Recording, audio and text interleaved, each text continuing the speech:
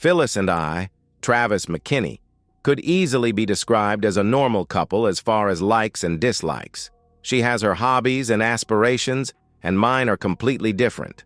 While I golf and write short stories, she does her craft making and is running for the at-large position on the city council. Unlike contests for state and national offices, which have budgets, running for a local seat is funded mostly by friends, family, and some shady characters looking for an advantage.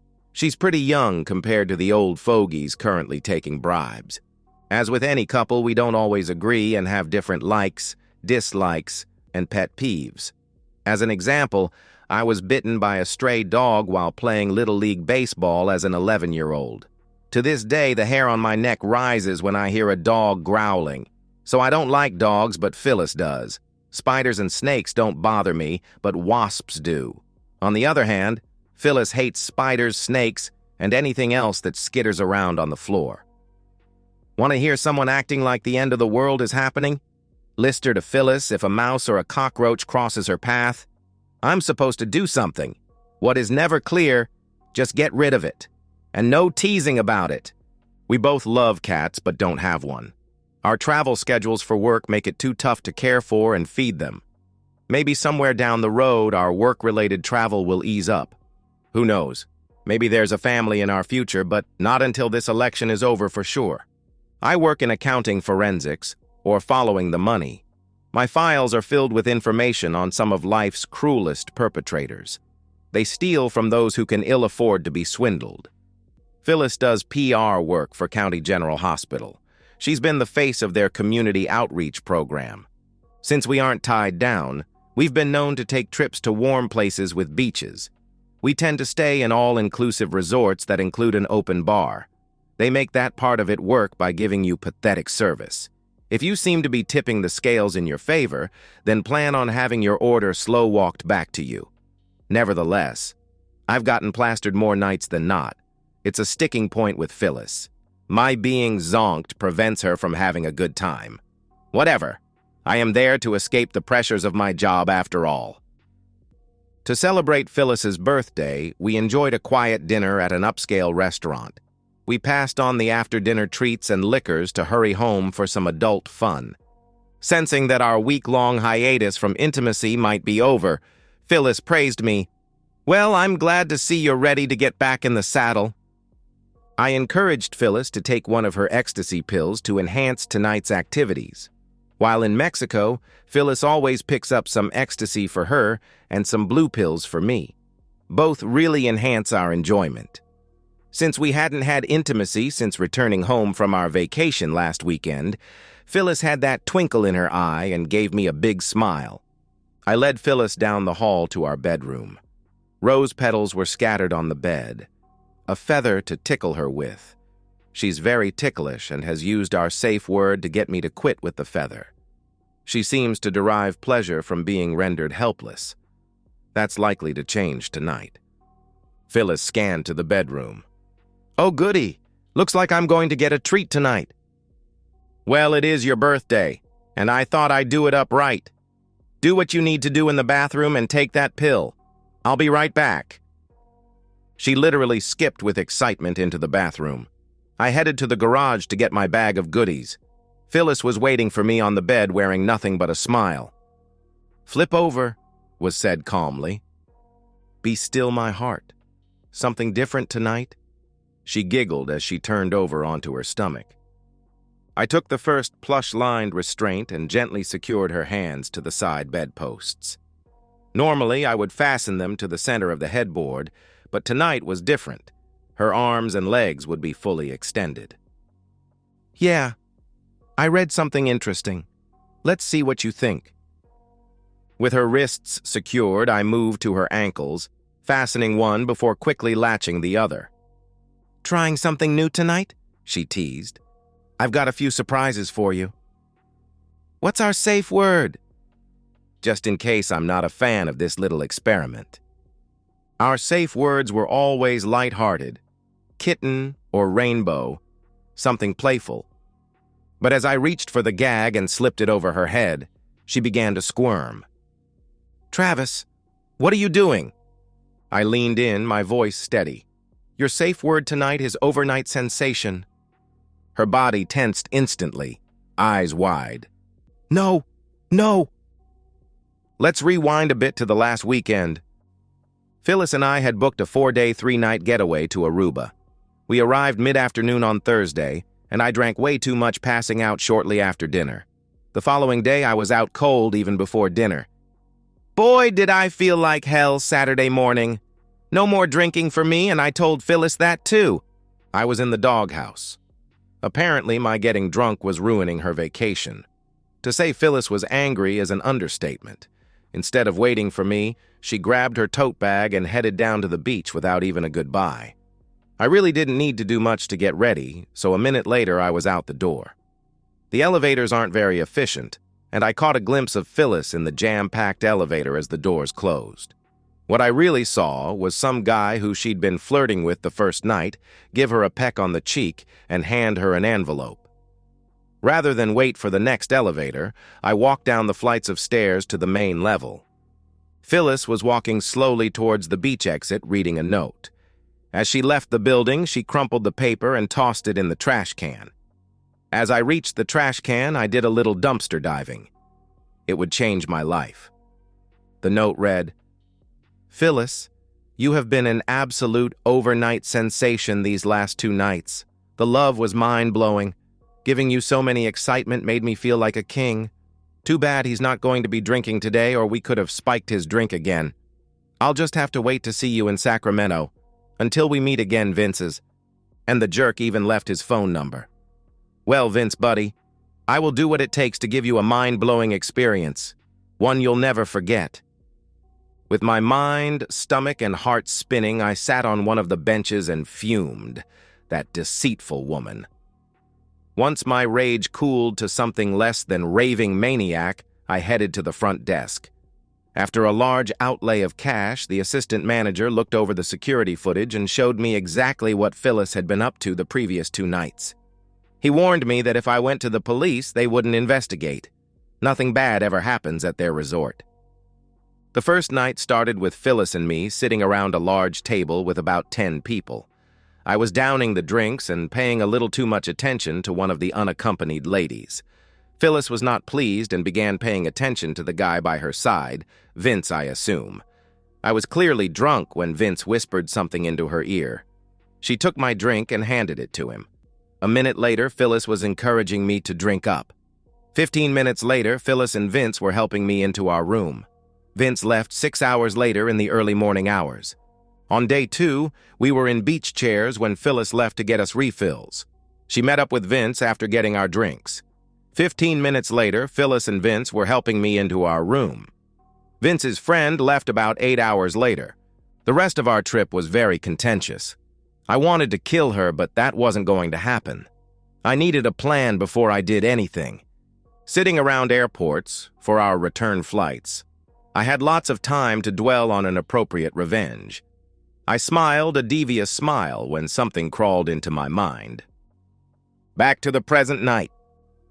Now, I don't mind an ex-wife taking a lover, but she wasn't my ex-wife yet.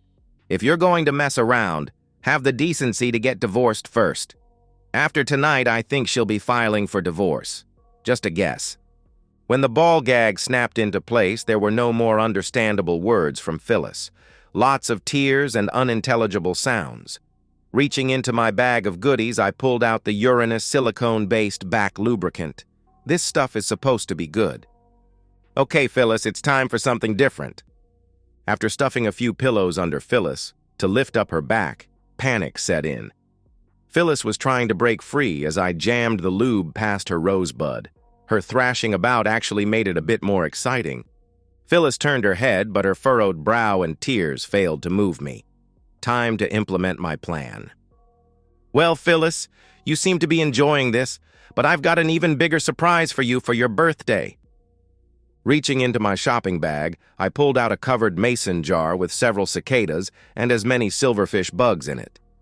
Making a big deal about it, I showed the jar to Phyllis. The bugs were moving around haphazardly. I continued, "Since your soul is stuffed up your back, I'm enlisting these little guys to clean the mess off of it." Phyllis was gurgling something and thrashing about, testing the strength of her restraints. Might have even sounded something like overnight. My Nonsense 101 lesson continued. Something you need to know about these bugs, Phyllis. Once they're in a warm, dark spot, they burrow under your skin and start laying eggs. Only about 10 eggs per day, but they hatch rather quickly. Of course, I'm going to stuff about a dozen bugs up your back so you do the math. That's a bunch of babies every day until you manage to poop them out. You'll feel them moving around almost immediately. The eggs are hard to detect even by medical professionals. Absolute terror had set in. I took one of the dark pillowcases off of a pillow and pulled it over Phyllis's head. Tough for her to see now. Going back to my bag of goodies, I put the jar of insects back and grabbed a mason jar with my little torture liquid in it. Phyllis could hear the jar being opened, mostly because I did it close to her ear. "Oh, these guys are creepy," pretending to be working with the bugs. The bugs were still safely in their jar. Instead, I dipped the back beads into my jar of liquid gel. Lube gel laced with prank itching powder. Some vague warning on the itching powder container about avoiding contact with just about every part of your body. Don't have the time nor the desire to read it. "Wait! Let's sing! Happy birthday to you! Happy birthday, dear cheating wife! Happy birthday to you! Here's your first present," as I plunged the beads into Phyllis's back. Giddy up as she was, jerking around just like a bucking bronco. With every imaginary bug, I'd give an ew or a yuck. One time I was just plain mean. Oops, one trying to escape. Back in you go, buddy. Plunge after a plunge of the beads as I pretended to stuff a dozen bugs in. Each plunge had another dose of itching powder-laced gel. After I was finished, I pulled yet another mason jar from my bag. This one was empty. All done, as I removed the pillow cover from Phyllis's head and displayed the empty mason jar. She was trying her best to break free. If this wasn't mean enough, I grabbed the feather and ran it up and down her feet and underarms for a few minutes. I should be filming this. Phyllis was doing a fantastic job of squeezing her back together. A little feather action on her rosebud, and I think I just pushed her over the top. I've never seen such a hate-filled, tear-stained look in my life. Oh well, you just never know how your spouse is going to react when they find out you've been cheating. "I'm going to go grab a beer. Back in a bit," I announced. In fact, I did grab a beer, then took the jar of bugs outside and released them back into the wild. I'd gotten a little of the itching power on my hand, and I've got to say that crap works. Even after some serious scrubbing, I was still itching my hand. Hand lotion seemed to help, if only just a bit. After about 30 minutes, I figured that Phyllis was about to go insane. The next part of my plan was likely going to get me battered and bruised. What the hell? I did another bout of using the feather. Protecting myself, I slowly released the restraining straps from Phyllis's ankles. Then, kneeling on her right hand, I released that strap, but didn't release her hand. Reaching over, I released her left hand, and then I leapt from the bed. Phyllis ripped to gag off as her other hand started poking away at her back. "You absolute jerk! I swear I'll make you pay for this!" she shouted, swinging the ball gag at me. For about a minute, I let her bite, kick, scratch, and flail on me. I deflected her attempts to damage my balls. Her itchy back needed some attention, so she paused to scratch away. With both of her hands busy trying to get imaginary bugs out of her back, I bear-hugged her and began the journey towards the front door. She was kicking my shins and gouging me with her nails. I could have easily injured her by tossing her down hard on the cement, but I wanted it to look like I was the innocent victim, so I pushed her away from me and jumped back into the house. Locking the door left Phyllis out with the moths and mosquitoes, naked as the day she was born. Ranting and raving, I might add. Quite loudly, too. All was captured on my phone, including her death threats. Time to call for help. 911, what's your emergency? My wife took some kind of pill and now she's threatening to kill me. I'm bleeding a little, but I was able to push her out of the house. She's talking crazy about bugs and babies and how I'm responsible. Please send over the paramedics because she's completely lost it. After confirming my address, I was told that officers and paramedics were responding. Looking out the window, I saw Phyllis scooting along the grass. kind of like a dog does when its butt itches. She was still screaming profanities and making no bones about how I was going to die. She was scratching her arms and legs now, too. Several of our neighbors were enjoying the show. The red and blue lights bounced off of the houses in the neighborhood, drawing out the deaf neighbors. All were getting a good look at Phyllis in all her glory. When she wouldn't stay still, as ordered by the officers, they tasered her. Once immobilized, they slapped the cuffs on. Of course, that prevented Phyllis from scratching her itch. The paramedics were told not to sedate her as they didn't know what kind of hallucinogenic Phyllis had taken. Strapped to a gurney, with her hands and feet restrained, Phyllis was telling them all about her ordeal. "My husband tied me up and stuffed bugs up my back, and they're having babies. They're crawling around. I can feel them. Get them out. I'm going to kill him." The responders just rolled their eyes, as they've probably seen nutcases worse than this. Off went Phyllis with the paramedics headed for County General Hospital. As part of giving my statement, the cops took pictures of my injuries. I told them of a night of activity and how Phyllis had taken ecstasy to enhance her excitement. Then she started talking crazy things and got violent. Told them she buys the pills in Mexico. Hook, line, and sinker. They left me to tend to my own injuries. Said they were required to arrest her for domestic violence. Withholding my consent makes no difference. Woohoo, an added bonus. Add to that, she was also being charged with resisting arrest. Toss in possession of a controlled substance and smuggling it into the county. Those last two are felonies. I had no idea. She'd been breaking the law for several years now. Wearing far more bandages than were called for, I drove down to County General to play the part of the curious and supportive husband. My hand still itched as I disposed of the goodie bag of mason jars, beads, and itching powder in the trash container by the hospital entrance. Emergency rooms being what they are, they don't bend over backward for a drug overdose nutcase. She was far down the triage tree. They'd drawn some blood trying to identify the drugs involved. She was still restrained. Whatever they'd administered in the IV had calmed her down. Well, at least until she saw me. Yeah, that earned her a bigger dose of chill out. When they wheeled her out, I was told they were going to do a CT scan to prove once and for all that she was not infested with bugs. I acted concerned. It was probably close to midnight before the attending physician gave me an update. "Mr. McKinney, as best we can tell, your wife took ecstasy. We've never really seen a reaction like this. When the enema produced no foreign objects, we did a CT scan, which showed absolutely nothing unexpected in her colon or rectum. She scratched herself pretty severely back there.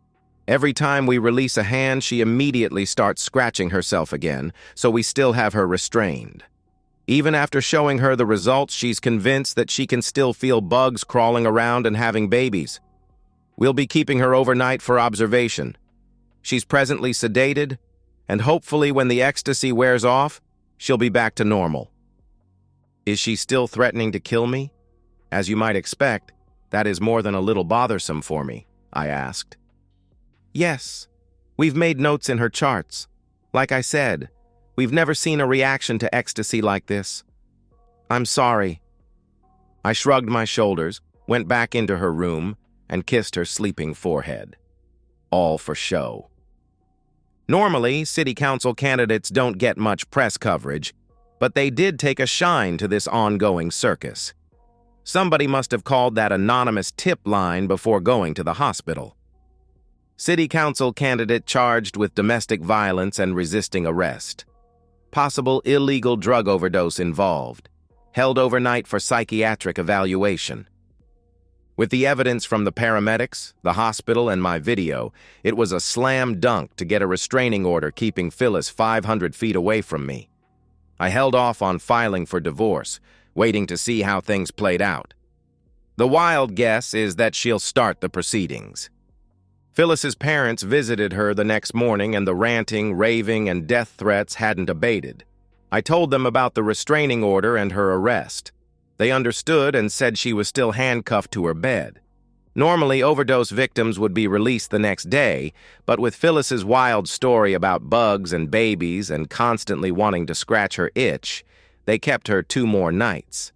Guess it took that long for the itching mixture to be pooped away. Phyllis appeared before a judge. Bail was set high due to the drug smuggling charges, but she was bailed out by her parents. To nobody's surprise, I was served with divorce papers the following day.